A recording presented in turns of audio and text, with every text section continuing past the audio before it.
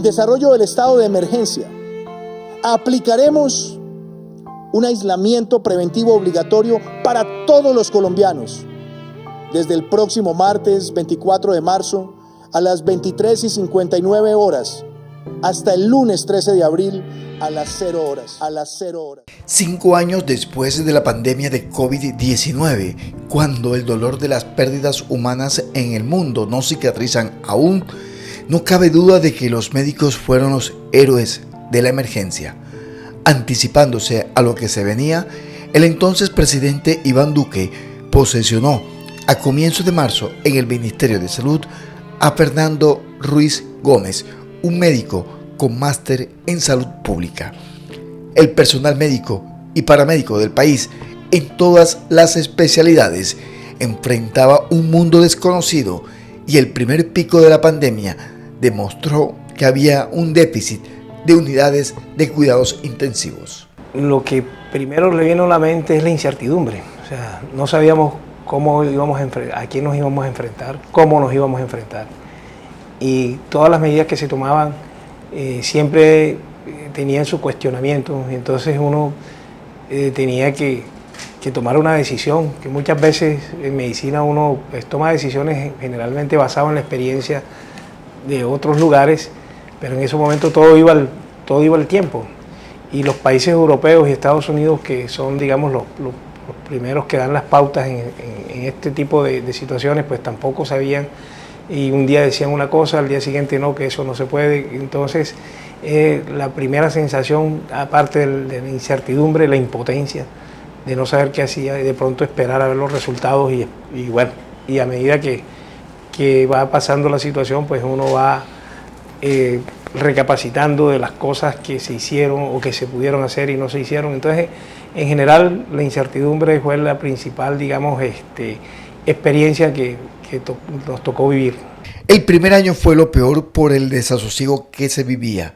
El temor era generalizado. Se necesitaban equipos y camas de cuidados intensivos. Se tuvieron que habilitar salas de atención y hasta hoteles de la ciudad sirvieron para la atención de pacientes en la pandemia. Indudablemente entrar a las unidades de cuidados intensivos, o sea, entrar a unidades de cuidados intensivos donde habitualmente la mortalidad era altísima y uno llegaba a un paciente al día siguiente ya habían fallecido y era una cosa catastrófica y uno con las manos atadas sin poder, digamos, siquiera dar una esperanza, y la angustia de los familiares, la angustia de la gente con aquellas medidas de que no se podía ver el cadáver, que las personas no, entonces le quedaba la duda a la gente, la situación de que se hiciera mi papá, que se hiciera mi enfermo, y pues los médicos allí tratando de salvar con lo que conocíamos, con lo que sabíamos, o sea, en esos momentos tratando de que las personas, digamos, lograran sobrevivir, pasar el impacto y bueno, y salir y de pronto al día siguiente llegar y encontrarnos que el paciente falleció y quedaba uno con esa sensación de impotencia grave. Entonces, lo primero incertidumbre, luego impotencia, realmente momentos muy duros para el ejercicio de la medicina. Al infectólogo Iván Zuluaga, quien en ese entonces trabajaba con la Secretaría de Salud Distrital de Barranquilla, varios episodios de la pandemia lo marcaron. La muerte de colegas atormentaba al personal médico. A la muerte de amigos cercanos, muy queridos, familiares fallecidos, y pues quedaba uno con esa sensación de que pude hacer algo o no sé si no pude, o sea, qué pasó. Entonces quedaba uno ahí con ese temor de que alguien pudiera salvarse y que de pronto no se tomó las medidas correctas. Entonces era una sensación muy, muy difícil, una angustia muy, muy fuerte. Barranquilla fue de las primeras ciudades grandes del país en padecer los efectos de cada pico de la pandemia. La indisciplina social poco ayudaba en ese momento y los casos de contagio se multiplicaban. Las restricciones se violaban y localmente se necesitaban medidas urgentes. Yo creería que aquí hubo algo que marcó de pronto la diferencia y fue la apertura del hospital universitario y la habilitación de ese hospital, porque si no nos hubiese pasado como Guayaquil, donde las personas morían en la casa que no tenían dónde llegar, y eso creo que es una situación peor. Yo creo que habilitar 100 camas de unidades de cuidados intensivos y ventiladores, y que hubo algo providencial aquí en Barranquilla, y es que la Universidad Simón Bolívar justo en ese momento sacaba su primera promoción de médicos intensivistas. Fueron casi 16 médicos especialistas nuevos en la ciudad, donde nos ayudaron muchísimo, y eso pues yo creo que fue algo muy importante para la ciudad, poder habilitar esas 100 unidades más de cuidados intensivos con 100 ventiladores. Creo que eso ayudó muchísimo a salvar mucha gente, y de pronto a que el impacto no hubiera sido tan dramático como fue en Guayaquil, que yo no sé si recuerdas cómo era la situación en Guayaquil, que los fallecidos en las calles, en mismo Europa, la gente fallecía en los albergues, en los hospitales, en los apartamentos, sobre todo la población mayor, y se daban cuenta por el olor. Entonces yo creo que dentro de todo ese panorama, pues acá nos fue mucho mejor que en otros lados, ¿no? Durante la pandemia en Barranquilla se conocieron casos de discriminación al personal de la salud que vivía en estrés permanente en el servicio de transporte público y supermercados. Yo creo que de pronto eso fue una gran prueba. La gente pues obviamente entendía la angustia de la gente, y creo que no hubo un resentimiento de parte del personal del talento de salud, por lo menos yo lo sentí así. Muchas veces pues decíamos, bueno, o sea, al fondo pueden tener razón, la gente se cuida, pero pues nadie sabía, o sea, estábamos en una situación de un estrés, digamos, un estrés en la comunidad muy alto, que es bien difícil de manejar. Era una angustia. Yo llegaba a mi apartamento y el ascensor era para mí solito, y no todo el mundo evitaba subirse al ascensor cuando yo llegaba, pero pues era entendible que ante la incertidumbre, que nadie daba nada seguro, lo que decíamos de pronto sí funcionaba, de pronto no. Recuerdas que había que de pronto lavar las llantas de los carros, lavar los zapatos, lavar no sé qué, bañarse con agua de coco, una cantidad de cosas donde que realmente pues no tenían fundamentación, pero la gente en algo tenía que afianzarse y tener algo de seguridad, y eso hacía parte de la seguridad de las personas, evitar la gente que estaba en contacto con los pacientes. Después del primer trimestre de 2021, cuando apenas llegaban las primeras vacunas, Colombia enfrentó el tercer pico de la pandemia. Fue el más mortífero, y según el DANE, entre el 26 de abril y el 2 de mayo se registró la semana con mayor número de decesos por COVID-19.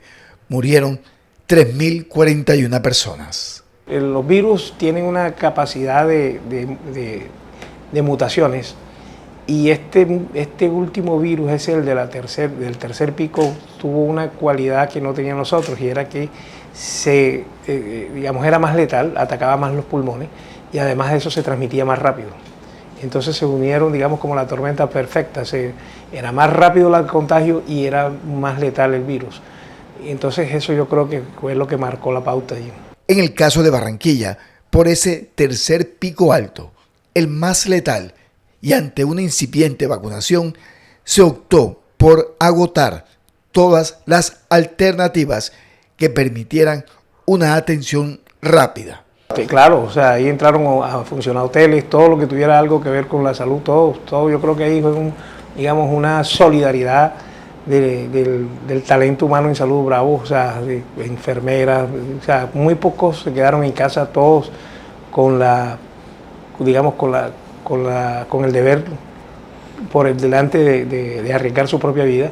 Yo creo que eso fue muy, muy, muy importante. Cuando para febrero de 2021 llegaron las primeras dosis de vacunas a Colombia, se acercaba ese mortífero tercer pico de COVID-19. Haciendo honor a esa condición muy colombiana de querer ser más astuto que todos, decenas de personas se colaron entre los sectores de la población que estaban priorizados en un cronograma. Muchos optaron por salir del territorio nacional para vacunarse en otros países. Bueno, en ese momento fue, digamos, el momento de oro de las vacunas. Todo el mundo peleaba por ponerse las vacunas. Entonces, hoy en día, pues ya vemos que se quedaron, si ves la primera dosis, más del 80-90% de las personas se vacunaron. En la segunda dosis ya bajó ese porcentaje. La tercera dosis prácticamente que quedó a la mitad de la vacuna.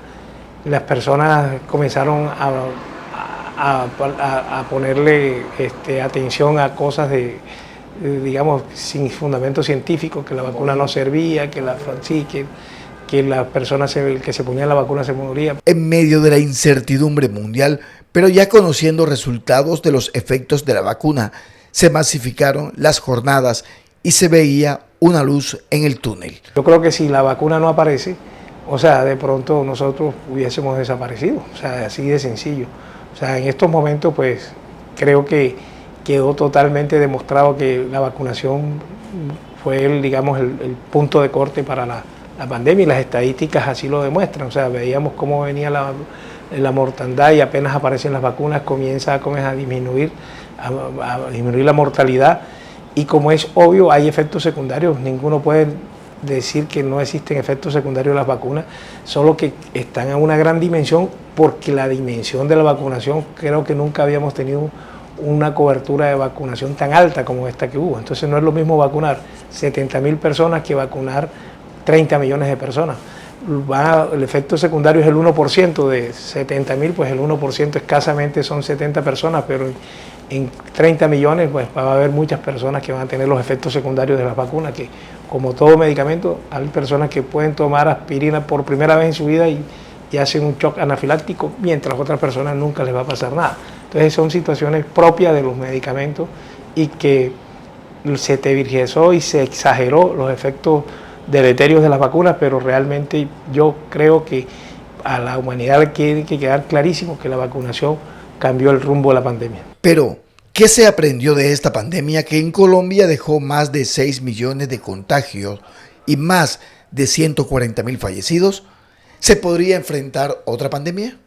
Yo creo que algo se aprendió, y quizás, digamos, de la capacidad de solucionarlas o de manejar las crisis.